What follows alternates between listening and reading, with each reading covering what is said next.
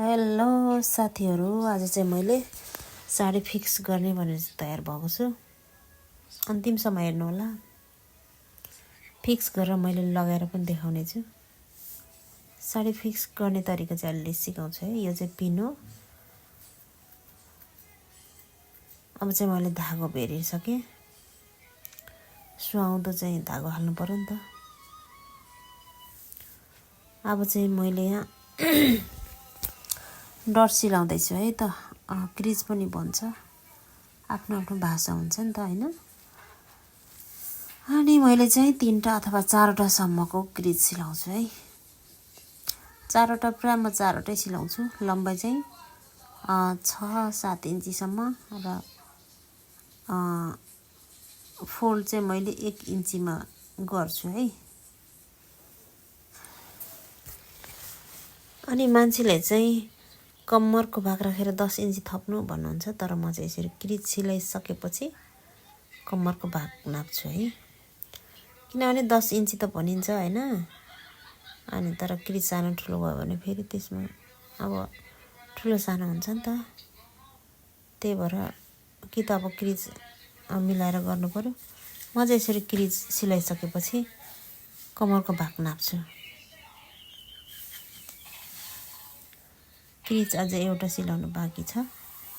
अहिले चाहिँ म क्रिज एउटा सिलाउँदैछु।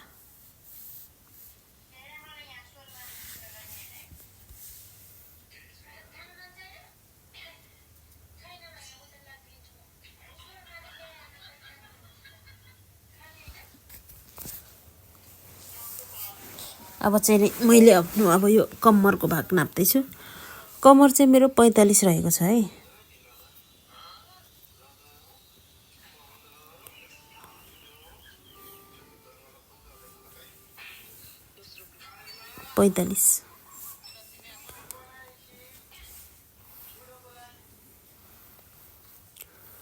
त्यसपछि चाहिँ मैले अब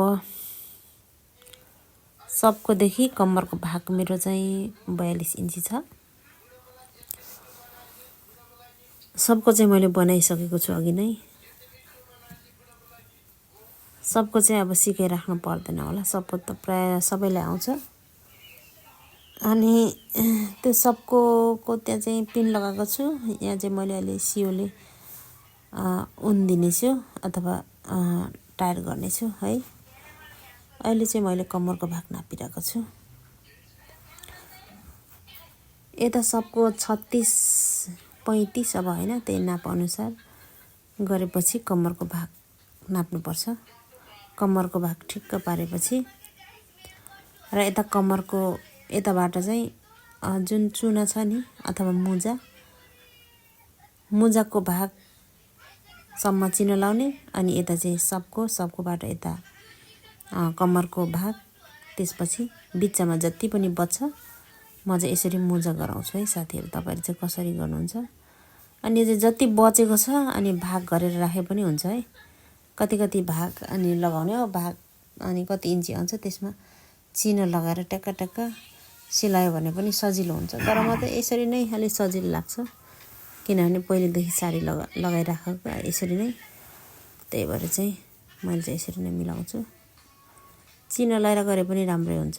कतिजनाले चिनो लाएर नै गर्नुहुन्छ। म चाहिँ यसरी मिलाउँछु। मैले चाहिँ आफ्नोमा कति 6वटा जति चुना बसाले। धेरै मोटोलाई चाहिँ 5वटा हुन्छ है। अनि पातलोलाई फेरि अलि ठुल्ठुलो पाटा राख्ने। 6वटादेखि धेरै मुजा बनायो भने अलि राम्रो पनि देखिँदैन। मैले चाहिँ त्यो पाटा अलि ठुलो गरिदिन्छु पातलोलाई चाहिँ। अनि मुजा चाहिँ जसरी पनि मैले 6वटा मात्रै राख्छु। मोटोलाई त अब 6वटा राख्न खोजे पनि हुँदैन, 5वटै हुन्छ।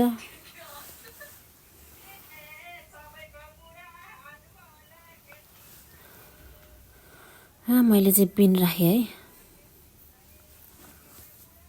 ठिक्क पारिसकेपछि यसरी पिनको सहायताले हामी चाहिँ अटाएर भरे चाहिँ हामी सिलाउन सजिलो हुन्छ नि त। अनि त्यसपछि मैले अब यो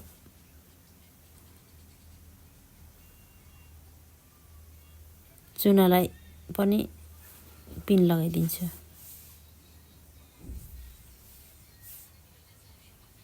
किनभने मेरो क्रिज अलि यता ल्याउनु पर्ने छ नि त, क्रिज सिलाउनु पर्ने छ नि त त्यो बिचमा। त्यही भएर चाहिँ मैले यिनीहरू चुनालाई मात्र यसरी पिनले अड्याइदिएँ। पिनले अड्याइसकेपछि चाहिँ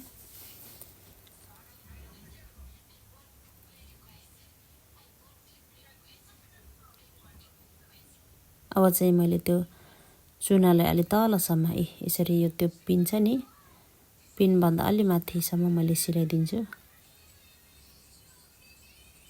यो चाहिँ मैले अब अघिको सबको तयार पार्दैछु।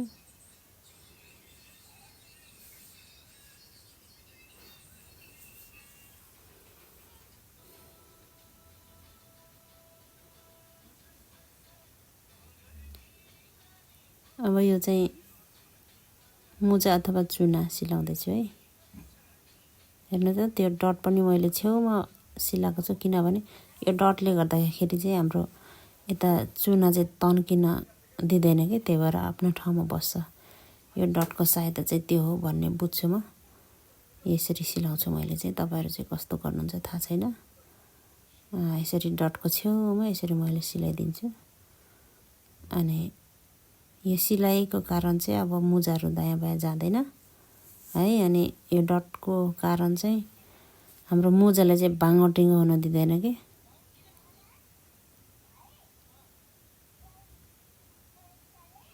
यिनीहरूले पनि मैले सबैलाई मिलाएर सिलाइदिन्छु, किनभने लगाउने बेला तलमाथि नहोस् कि। यसरी मिलाएर चाहिँ सिलाइदिन्छु मैले।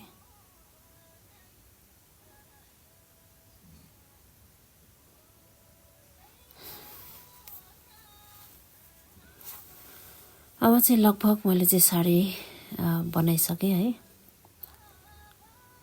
यसरी चाहिँ मैले लगाउँदैछु। पेटीकोट चाहिँ मेरो बक्स पेटीकोट है। बक्स पेटीकोट गरायो भने चाहिँ सजिलो हुन्छ क्या हामीलाई।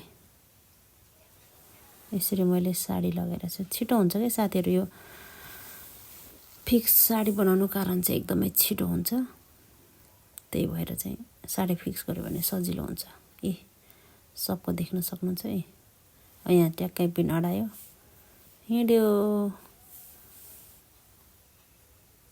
ल हेर्न सक्नुहुन्छ कति राम्रो भयो। हेर्नु त कति छिटो लगाउन पनि कति छिटो मिल्ने। मुजा पनि ठ्याक्कै आफ्नो ठाउँमा बस्ने, कम्मर पनि ट्याक्कै भयो। एकदम राम्रो देखेको छ। हेर्न सक्नुहुन्छ। हेर्नु त